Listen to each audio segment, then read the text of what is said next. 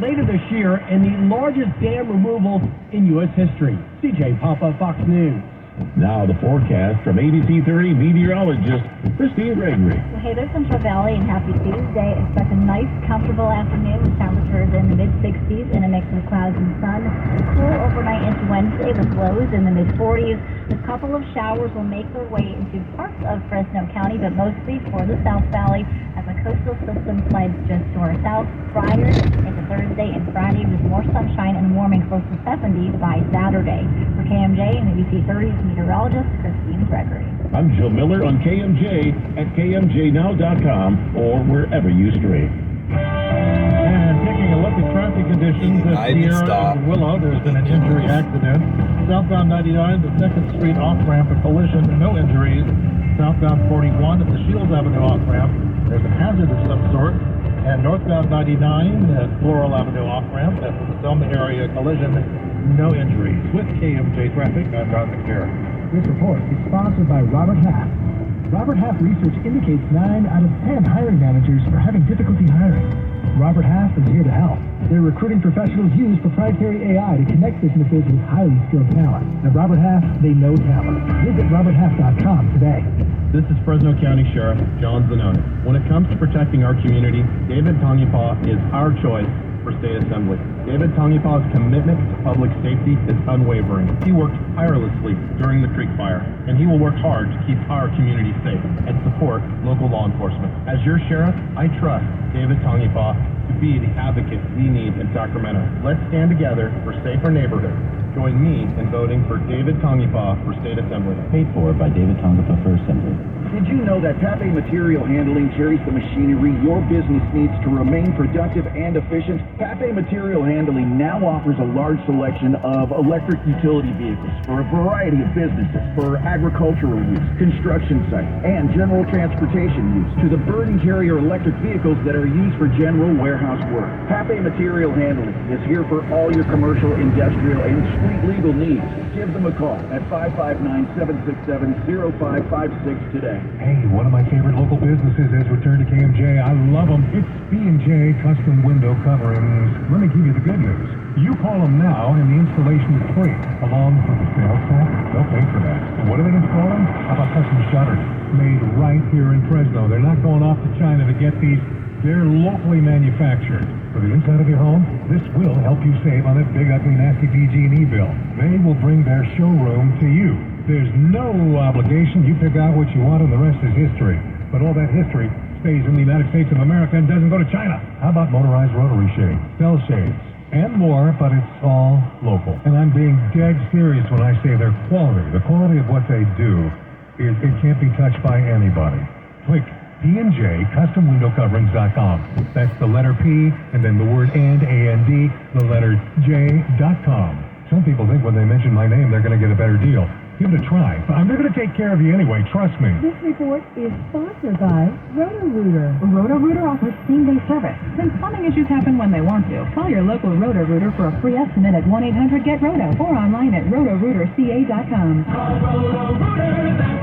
And away go troubles down the drain. KMJ's Afternoon Drive with Philip Teresi and E. Curtis Johnson. 3:35 on a Super Tuesday at KMJ, the Valley's election headquarters at KMJNow.com. And anywhere you stream special coverage getting started at 8 o'clock tonight. Myself, Ray Appleton, John Frosky, Michael DeManuel Jr., and the returns from the state of California, although we will start seeing some returns from points east in the next 24 minutes. And this may very well be what you hear this last week. I'll be genuinely surprised if there is a mathematic possibility of her acquiring the requisite delegates after we wrap up the certifications from tonight. I don't see it. I like Nikki, but I don't see that the numbers are there. I don't think so. But until the results are in, she's not done. She might be done by Friday night, because I think it's probably going to take that long to certify when you account for all the stuff that we've got to deal with.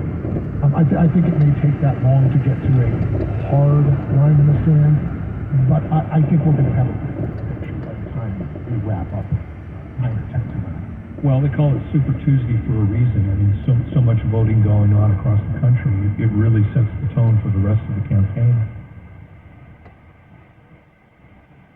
All right.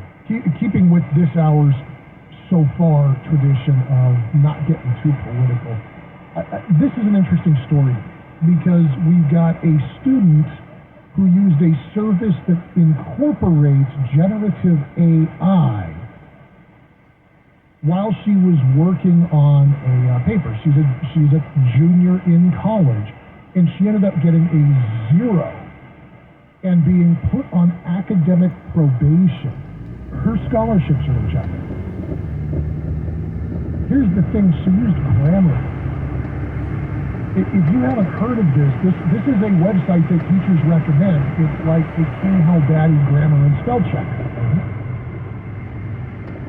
To complicate this story, Grammarly was recommended on the University of North Georgia's website. And then when the site started getting publicity, the school removed Grammarly from the recommended website list, although it didn't come back to it. So you're telling students to use this site. Then you're accusing students of plagiarism because she used the site that you recommended. So that's a university right now. This surprised me. So, I mean, briefly, I went back to college in my late 40s. I was surprised that the university that I went to had a portion of their website where they said you will submit your papers, which was every week.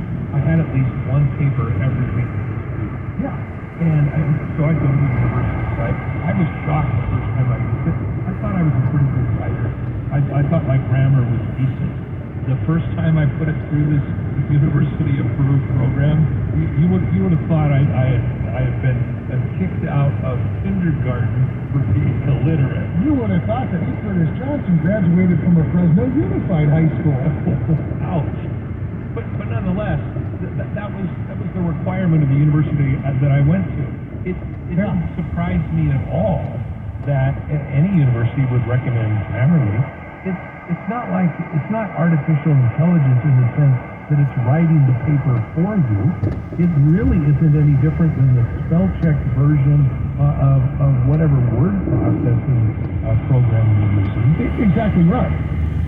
Microsoft Word, which is, that's the standard, right? Yeah, everybody's got it. Microsoft Word has a grammar and spelling checker built into it.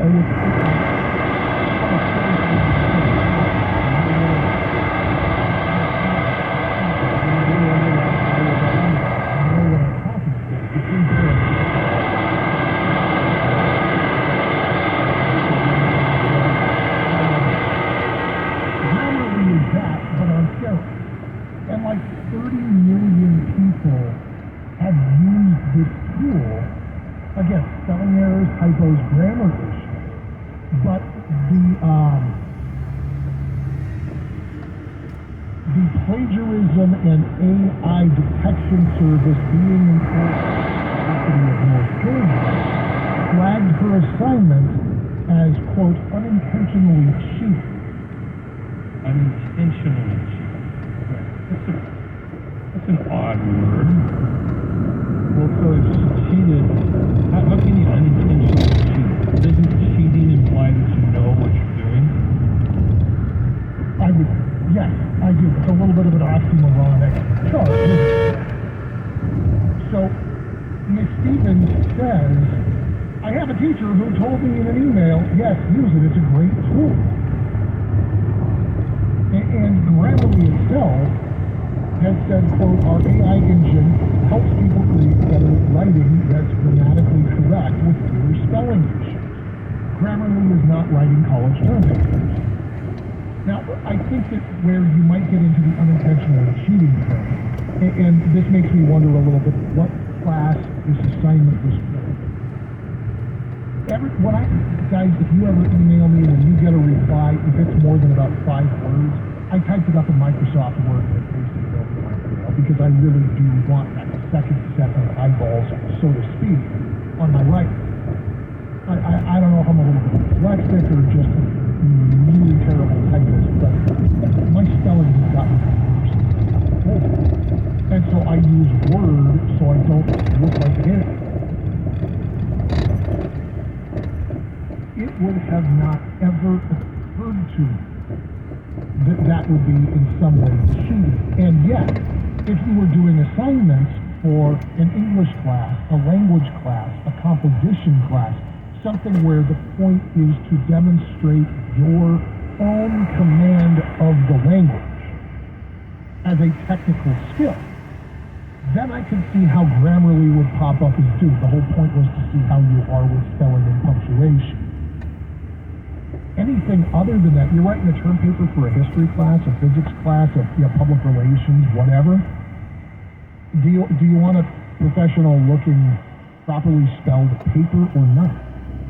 Yeah, that's the one thing that the article doesn't give any information on. I see your point, and that could be very valid. I mean, if you were, for example, if you were in a spelling class, I don't think colleges have spelling classes, but we'll use it for example. Well, there's remedial English. In college? Oh, yeah. Really? Oh, yeah. Oh. Okay.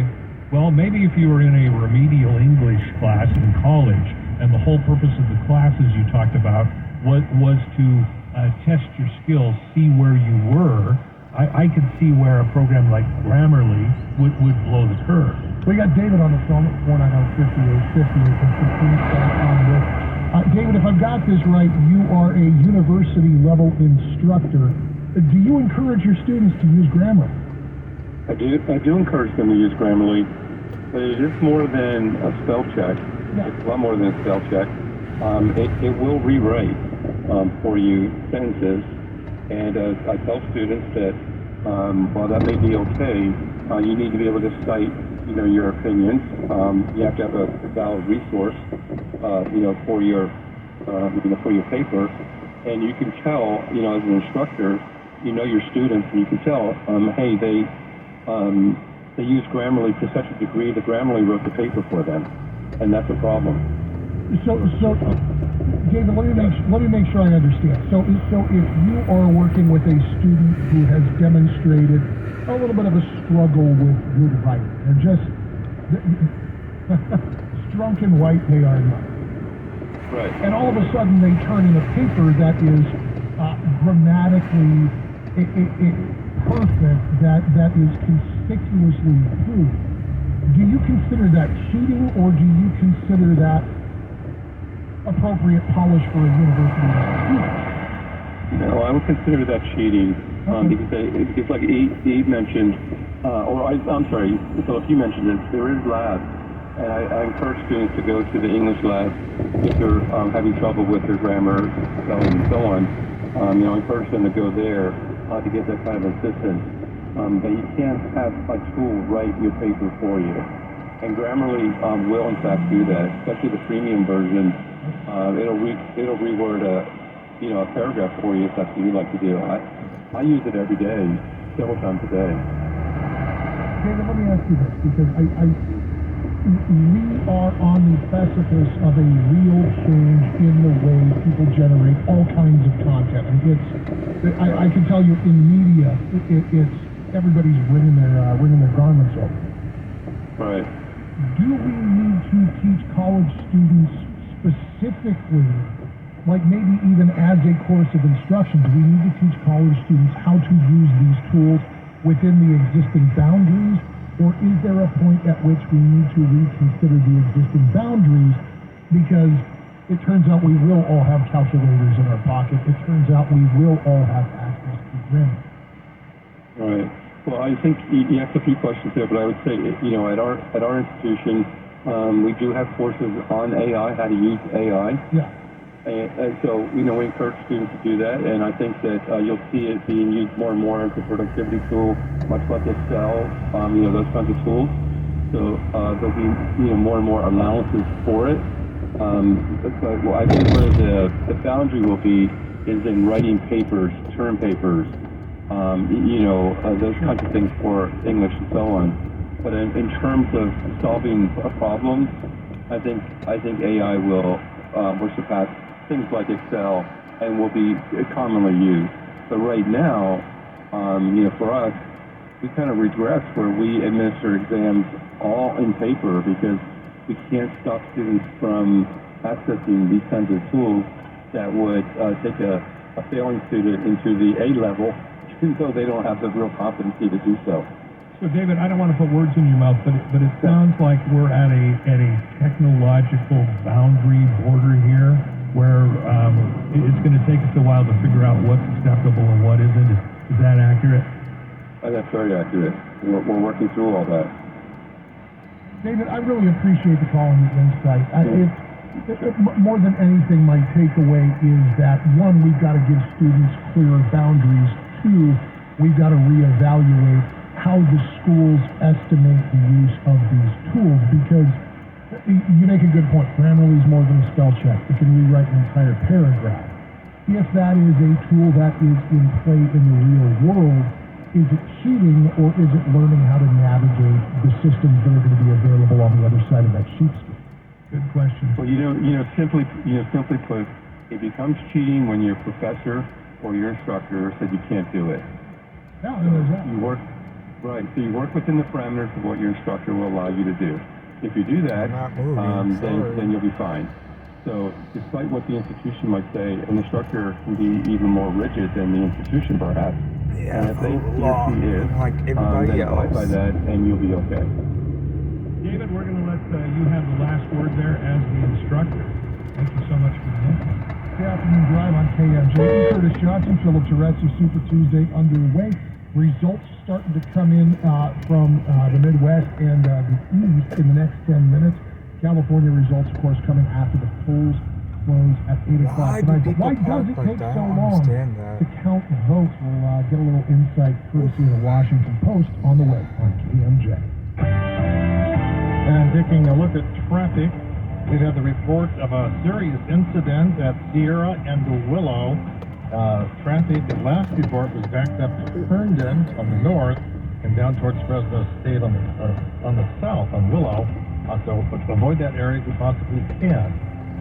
East Manning and South Englehart, a collision with unknown injuries. Southbound 99 at the 2nd Street off-ramp, a collision, no injuries. Southbound 41 at the Shield Avenue off-ramp, a hazard of some sort, and northbound 99 at the Floral Avenue off-ramp, a collision, no injuries. With KMJ Traffic, I'm Ron McCary. This report is sponsored by Allstate. Some people just know the best rate for you is a rate based on you with Allstate, not one based on anyone else. So if you drive safely, you could save money. Good to know. Visit Allstate.com or call for a quote today. You are maybe one of these people who are in pain all of the time and you've tried everything. Hey, I'm the poster child for this one with this thing. Oh, come on with the damn ants. Oh. Try saying that 10 times in a row. People are reluctant to try physical therapy because it doesn't sound like a magic bullet. It's not quick enough. I don't have food here. Here we go. Dr. Russell Never have. At Premium The fuck is going Therapy.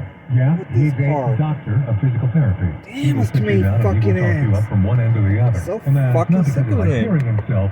He wants to get to know that total you before he designs a physical therapy regimen for you. Now, maybe it won't work for you, and he will tell you that point blank. And the fucking spider, I mean, come Go out on. and buy a gold collar for his pug, and her name is Lulu, and she's there at the Premium Physical Therapy. You'll meet her too. You can learn a whole lot more by clicking PremiumPhysicalTherapy.com. You can make an appointment too, like I did. You got it? Premium Physical Therapy. Hello, I'm Victor Davis Hanson. Most people think because I farmed and I'm a conservative author of the story that I'd automatically be against Measure E. But that idea is mistaken. Education is the cornerstone of our constitutional republic, and Measure E is an investment in our most affordable university, Fresno State.